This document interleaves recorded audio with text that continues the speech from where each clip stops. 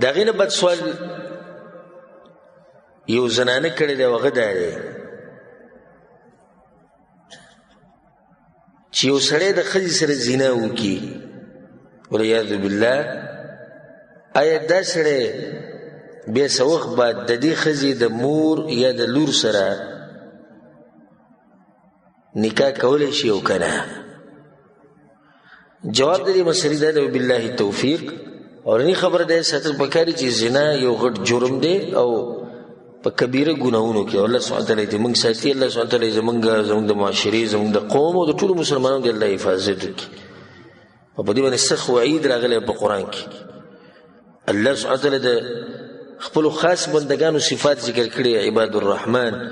والذین لا يدعون مع الله إلها آخر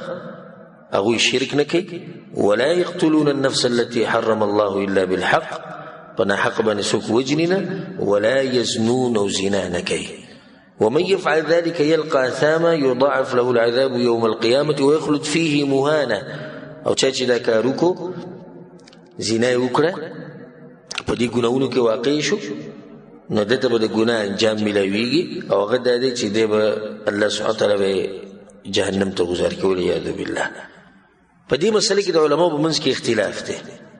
احناف علما دا وایي او حنابله دا وایي کوم علما چې د امام ابو حنیفه رحمه الله په مذهب دی او کوم چې د امام احمد بن حنبل رحمه الله هغه دا وایي چې دا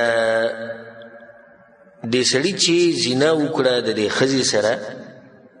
نو په ده باندې د دې ښځې مور او لور د دواړه حرامې شوې.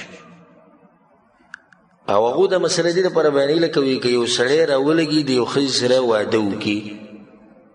نکاح ورسره وکړي واده وکړي نو د دې واده د لاسه دې نکاح د لاسه په ده باندې د دې ښځې مور چې هغه د خوښې ده او د دې ښځې لور چې د بل خاوند نه ده هغه پې څه شو حرام شو. دا د هغوی دلیل دی. دویم قول هغه د مالکیانو او د شافعیانو دی کوم چې امام شافعي رحمه الله په مذهب دی کوم چې امام مالک رحمه الله هغو دا وایي چې نه ده حرامه ده لپاره ځکه چې د زنا کړې ده او په زنا سره نسبونه نه ثابتېږي او الله سبحانه وتعالی چې کومې زنانه ذکر کړي چې دا په تاسو باندې حرامي دي نو هغه یا د نسب د لاسه حرامي دي یا د رضاعت د لاسه حرامي دي یا د پاک نکاح جایز نکاح د لاسه حرامي دي. یو سړی د ښځې سره واده وکړي نکاح وکړي په شرعي طریقې سره او یو سړی د ښځې سره زنا کوي کوم ځای کې دا دواړه یو شان دي نو په دې سره حرمت نه ثابتېږي. دې سړي چې زنا وکړه بیا څه وخت بعد توبه وویسته نه یې ویستې خو د دې ښځې مور یې وغوښته یا د دې لور یې وغوښته نو هغوی چې دوله جایز دي او صحیح خبر هم د دوی ده ځکه شیخ ابن عثیمین رحمه الله دا مسله بیانوي په یو کتاب کې نو بیا وایي وهذا من غرائب العلم ان يجعل السفاح كالنکاح. وی ناشنا علم دی او ناشنا مسله بیانه شوې ده چې نکاح او زنا دي یو شان شي ځکه شیخ رحمه الله بیا وایي وهو من اضعف الاقوال دا کمزور قول له انتهایی کم چې د حنابلو دی او کم چې د احنافو دی. صحیح قول د مالکیانو دی او صحیح قول د شافعیانو دی چې د هغوی سره دلیل په دې باندې مضبوط دی او په دې کې رد دی په خلکو باندې کوم چې زموږ مبارک وي چې د امام احمد بن حنبل رحمه الله په مذهب دي او څوک د امام شافعي په مذهب دي. الحمدلله موږ د محمد بن عبد الله صلی الله علیه وسلم په مذهب باندې او د امامان او د علما ټول زموږ مشران دي. دې ټولو خبره په سر سترګو خو چې چا سره دلیلي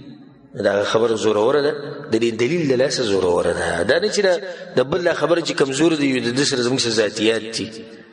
دا خبره کمزوري ده د دلیل د لاسه او د دې زوروره څه د لاسه د دلیل د لاسه. والله اعلم.